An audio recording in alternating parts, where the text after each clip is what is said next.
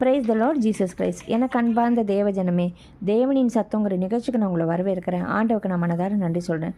என்னோடு கூட யோபுவின் புஸ்தகம் 28வது அதிகாரம் 28வது வசனம் எடுத்துக்கோங்க.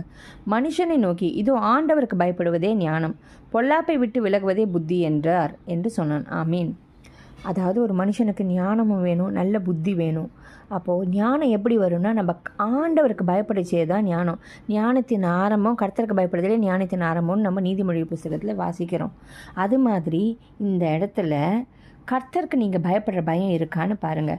அப்படி இருந்தால் நமக்கு நிச்சயமாக கர்த்தருக்கு பயப்படணும். ஐயோ அவர் என்னை அடிச்சிடுவார், என்னை தண்டிச்சிடுவார், கொன்றுவார்னு இல்லை. தேவன் வானத்தையும் பூமியும் படைத்த சர்வ வல்லமையுள்ள தேவன். அவருக்கு கொடுக்க வேண்டிய கனம், அவருக்கு கொடுக்க வேண்டிய மரியாதை, அவருக்கு கொடுக்க வேண்டிய செலுத்த வேண்டிய அன்பு, அவருக்கு கொடுக்க வேண்டிய காணிக்கை, அவருக்கு கொடுக்க வேண்டிய எல்லா விதமும் முழு பலத்தோடு, முழு அன்போடு, முழு ஆத்மாவோடு, முழு சிந்தையோடு, முழு ஹிருதயத்தோடு நீங்கள் கர்த்தர்கிட்ட அன்பு கூறுறீங்களான்னு பாருங்கள். அப்படி கூறுறச்சு அது நிச்சயமாக கர்த்தருக்கு பயப்படுற பயம், அது ஞானத்தின் ஆரம்பம். அது மாத்திரமில்லை, பொல்லாப்பை விட்டு விலகுவதே புத்தி என்றார்.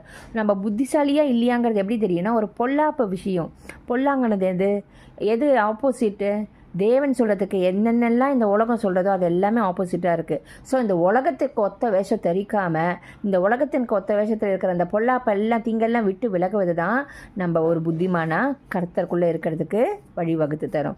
ஸோ இன்றைக்கி கர்த்தருக்கு பயப்படுற பயம் ஞானத்தை தரும். அதே மாதிரி பொல்லாப்பை விட்டு விலகடிச்சு அது புத்தியை தரும். நிச்சயமாக ஆண்டவர் நம்மளுக்கும் சரி, நம்ம விசேஷமாக பிள்ளைகளுக்காக ஜபிக்க வேண்டிய ஒரு ஜபம், தேவனே எங்களுக்கும் எங்கள் பிள்ளைகளுக்கும் இயேசுவின் வல்லமையுள்ள நாமத்தினால் கர்த்தருக்கு பயப்படுற பயம் ஞானத்தை தரும்படி பொல்லாப்பை விட்டு விலகும்படியாக புத்திமானாக நடந்து கொள்ள எங்களுக்கும் எங்கள் பிள்ளைகளுக்கும் எங்கள் குடும்பத்தாருக்கும் உதவி செய்வீராக. இயேசுவின் நாமத்தினாலே ஜபிக்கிறேன் பிதாவே. ஆமீன். ஆமீன். God bless you.